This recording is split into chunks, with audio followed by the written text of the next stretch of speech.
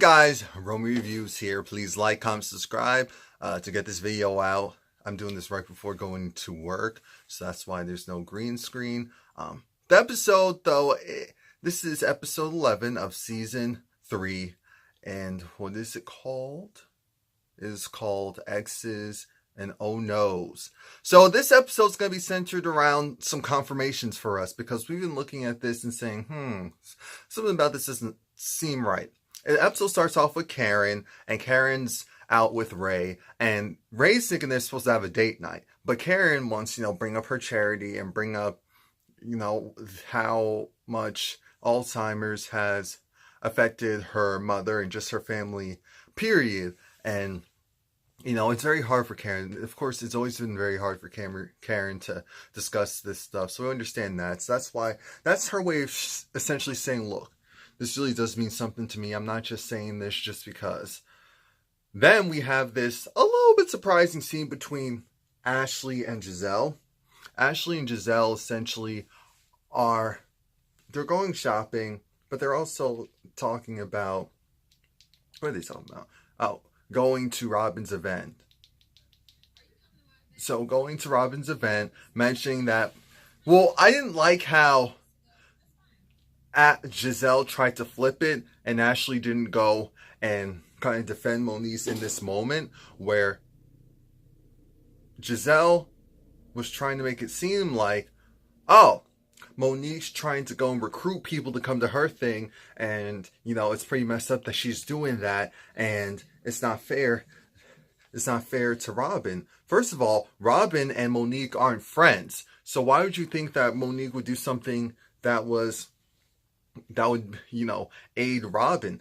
And so I'm trying to paint this whole narrative of, oh my gosh, it's so terrible. All Monique asked was, are you coming? And then they showed that, yes, this question was asked at Gizelle's birthday party, but this is where we get into it with Karen, because Karen made it seem like actually, we're not going to discuss that right now. The other part is the whole thing of Charisse choosing Monique versus Robyn. And again, that's why I said yes. Even though they've been friends longer, that doesn't mean anything.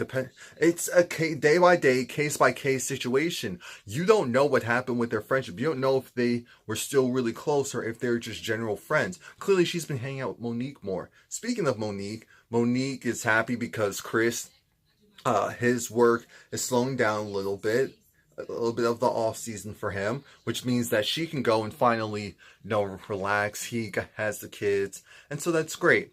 In comes Kendall, and Kendall is, who, Sherman's ex-wife, and Kendall, it looks like this is Monique's way of bringing her onto the show. Now, at first I was thinking Kendall's supposed to be Charisse's friend, but Charisse doesn't know. So now I said, now it makes sense, because before it wasn't making much sense. This is a back and forth scene, because we're going back to how Ashley was talking to Gizelle about Sherman, and this is where Gizelle confirms that her and Sherman are done. Her and Sherman are done. The communication was gone, and he wouldn't even really explain why and what's the situation. We now know what the situation is. Sherman got the heads up that his ex-wife was coming onto the show, and the producers do this stuff all the time. They probably contacted him or put a little bug out there and came back to Sherman, and Sherman realized, look, this feels like a setup, and I can't do this. This is my ex-wife. Who knows what she's going to come and say about me, and that's why, Gizelle, it's cool. I'm sure she really didn't know up until a certain point what was going on, because now Monique is talking to Kendall, and Kendall's talking about how, the disloyalty of it all. I knew Gizelle, and so for you to go and date my ex, and I found out because my son told me that, essentially Gizelle was over at the house. Here's the truth of the matter. When it's a situation like that, yes, it would be nice if the significant other if the new person reached out to the ex and just said, hey, I'm doing this, or I'm going to be around the kids, whatever. Yeah, but you know whose true responsibility that is? That's Sherman. That's your ex-husband. And so she wasn't really going hard on Gizelle, but she did put that bug out there like, wow, how could you go and we were friends and we were girls. No. You were acquaintances. You knew each other, and essentially in passing. That's what it really seems like. You weren't friends, chummy, chummy, buddy, buddy, at least from what we're getting from this. And that's the only reason why I'm not jumping to her defense, because you have to understand that there's a huge difference between, let's say, her and Robyn's friendship and versus her and a Kendall friendship. So if we're going to paint this whole thing of, oh, Gizelle broke girl code because we were close, no, you weren't. No, you weren't, as far as we know. And if you were, then that's a different story. Robyn's getting ready for her event, and I'm happy for Robyn's event. It actually looked nice. I wish we saw more of it. It always makes me a little leery when we see kind of just the bare minimum, the only interactions of essentially the cast members on the show with their event.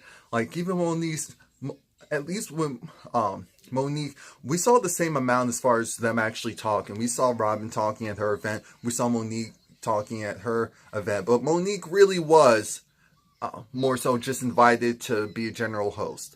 And that's what I realized. The fact that she was able to go and talk to Gigi and Charisse so casually at the table for a good period of time, that's why I said, okay, all right, she really is just hosting. So I completely get why some of the ladies, they went to Robyn's.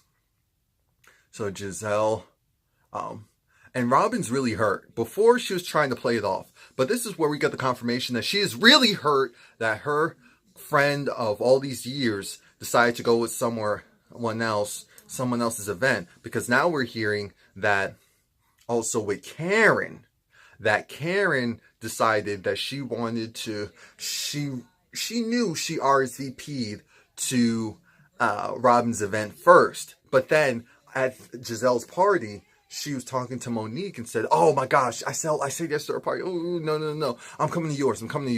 Now that's a different situation. That's a different situation. But it also shows that Karen and Robyn's friendship isn't what Robyn thought it was.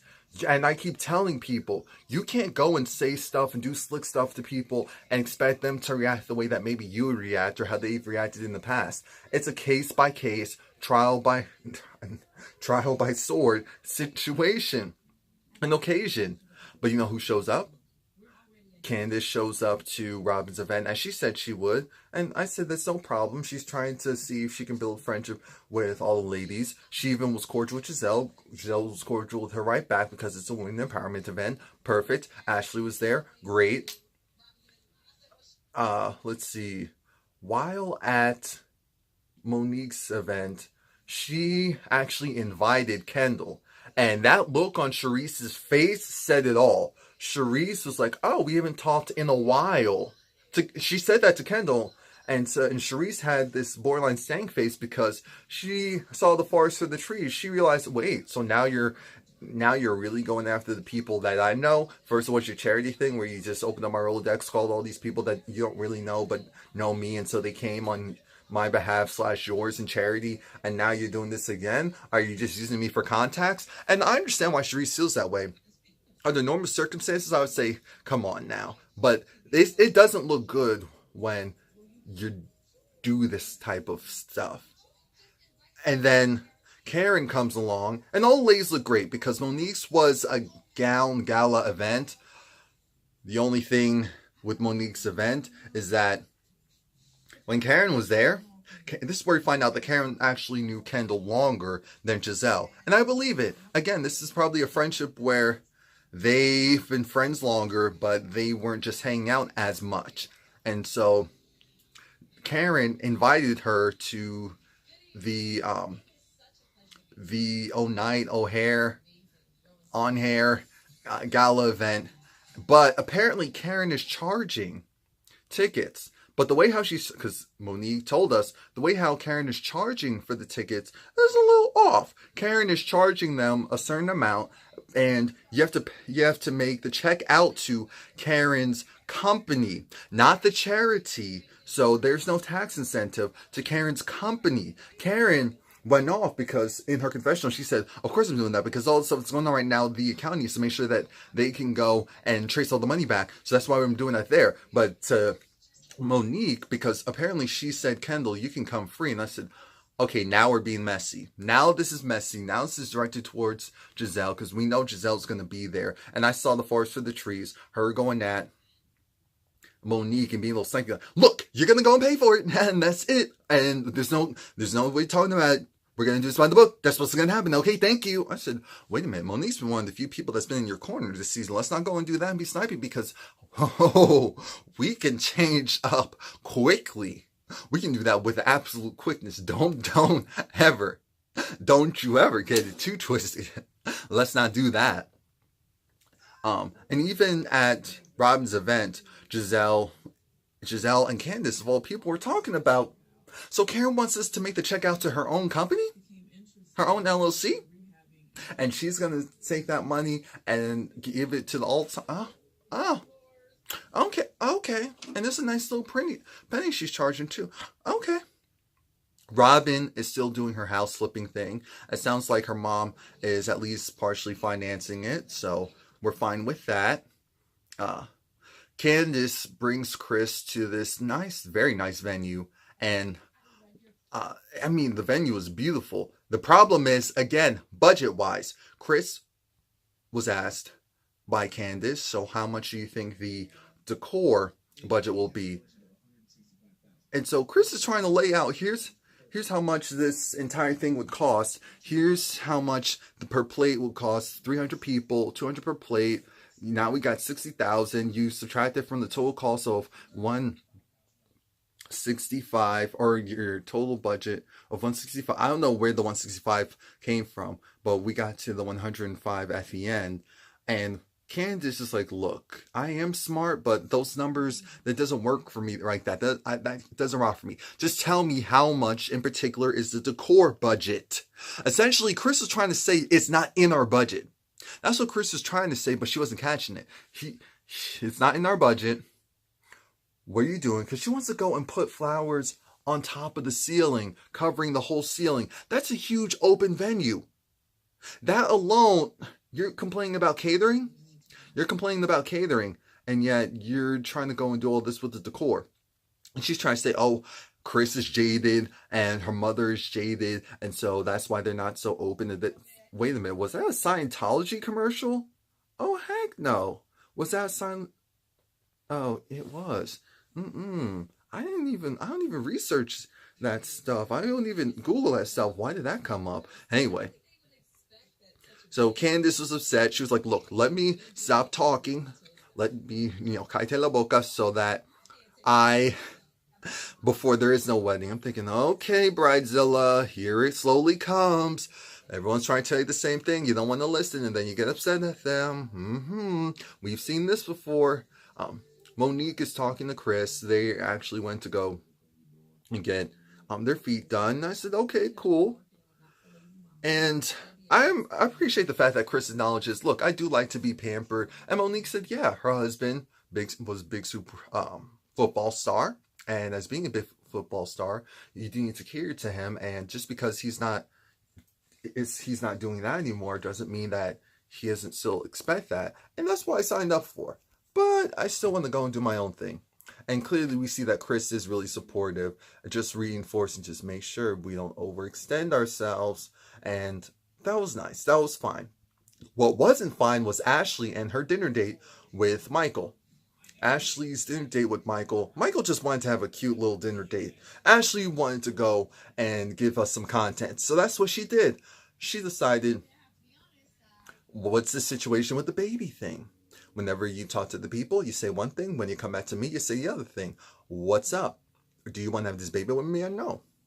And that's when Michael says, look, I don't want to do this. I said, Ashley, that was your out, because what's about to come next is going to hurt your feelings, because now he's irritated. Now he's not going to hold back. So that's when Michael says, look, you have to prove to me that, and my children, essentially, that you're not going to be the type of parent that your mother was to you. The certain values and all that I expect, you have to distance yourself from your mother and her ideologies, because I don't want the way how she did things to go and directly impact my family. And yes, It did hurt because it was essentially him saying that, look, from what I'm seeing, here's just what he was really saying. From what I'm seeing in modern day in Ashley, you're still largely affected by your mom and what she did. And maybe you don't realize it, but I see it. And because I see it, I don't want that type of parenting style for my kids. And Ashley was hurt because she's trying to figure out, wait a minute. So you married me, and now you're trying to tell me that now you have a problem with my parenting style? Now you're not sure you want to have a kid with me because now you feel like I'm thinking he probably thought that, you know, everything that he was doing was just temporary because that's what you probably agreed to. And even though it's definitely unfair to label Ashley as, okay, you're just going to be your mom as a parent, Ashley hasn't shown him that she has the tools to not go and enable certain behavior or whatever because he's been seeing something different. Now, again, it's unfair because how's she going to really show that to you as far as being a mother? But I can't be mad at him. I don't care what anyone says. I can't be mad at him if he's seeing something different than what he thought he was going to get to a certain degree. Then we have Karen's event. And at Karen's event, you know, she has some celebrities there, and the Black Bill Gates to talk about his mother and how Alzheimer's affected her. While that's happening, we see Gizelle and Robyn have a cute little dinner date to go and, you know, ish on Karen. And so they're actually going to go. They're upset. Robyn's hurt because she's like, I've been friends with Karen the longest, and why is she going and doing all this mess, choosing sides? Giselle's upset because she also feels like the inconsistency of it all. Now, here's the thing. Here's something that irked me. Karen, even though she invited Kendall, she actually told Gizelle ahead of time that Kendall was coming. You know what that means? That means that Gizelle had an out. Gizelle had an out. She didn't have to go if she didn't want to go. Still wanted to go. Of course Giselle's going to go because then it would be said, how could you not go to my charity event for my mom? So it was partially,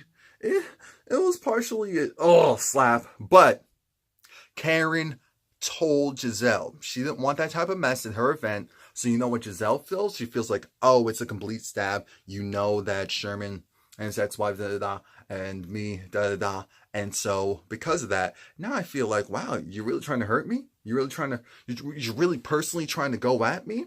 Really? Really? Even though a lot of people don't know that you're not with Sherman anymore. So then that's another piece of this puzzle. And my thing is, was it shady that Karen invited Kendall based on the current setup? Yes. Did Karen have the right to? Yes. Did Karen do right by Gizelle by at least letting her know ahead of time, whether it was for her own, own good or for Giselle's actual good? Yes. And that's why I'm a little confused, because Robyn and Gizelle are essentially going to go into Karen's charity event and act a plumb fool. This is what they're saying.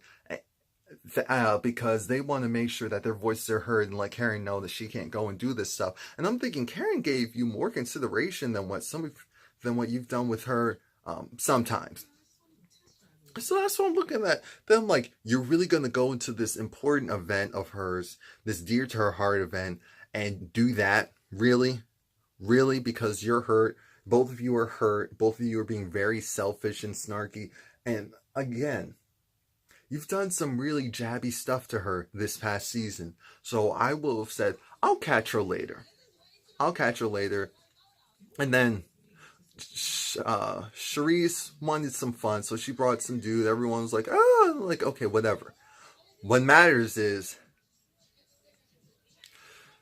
all the ladies except for Robyn and Gizelle were there, and Kendall comes. Now, Kendall's being introduced to people, but people don't know that it's that Kendall. So once they learn that it's that Kendall, that's when they're just like gawking, like, oh my gosh, Candace was told, and then she was like, oh, Ashley was told, and then she was like, but again, Karen let Gizelle know that Kendall is going to be there. And it's very messy. It's very messy, and if you really want any problems, then technically you wouldn't invite her. But we are supposed to be grown and supposed to be able to handle ourselves a current certain way regardless of the situation. But we know this group, and we know that's not the case most of the time. So that's when the other two ladies come in, and that's when the mess is going to begin, because again, their whole goal is to show Karen, how dare you do this to us, even though we were clowning you at the beginning. But we forgot all about that. Okay, please like, comment, subscribe. Come back next week.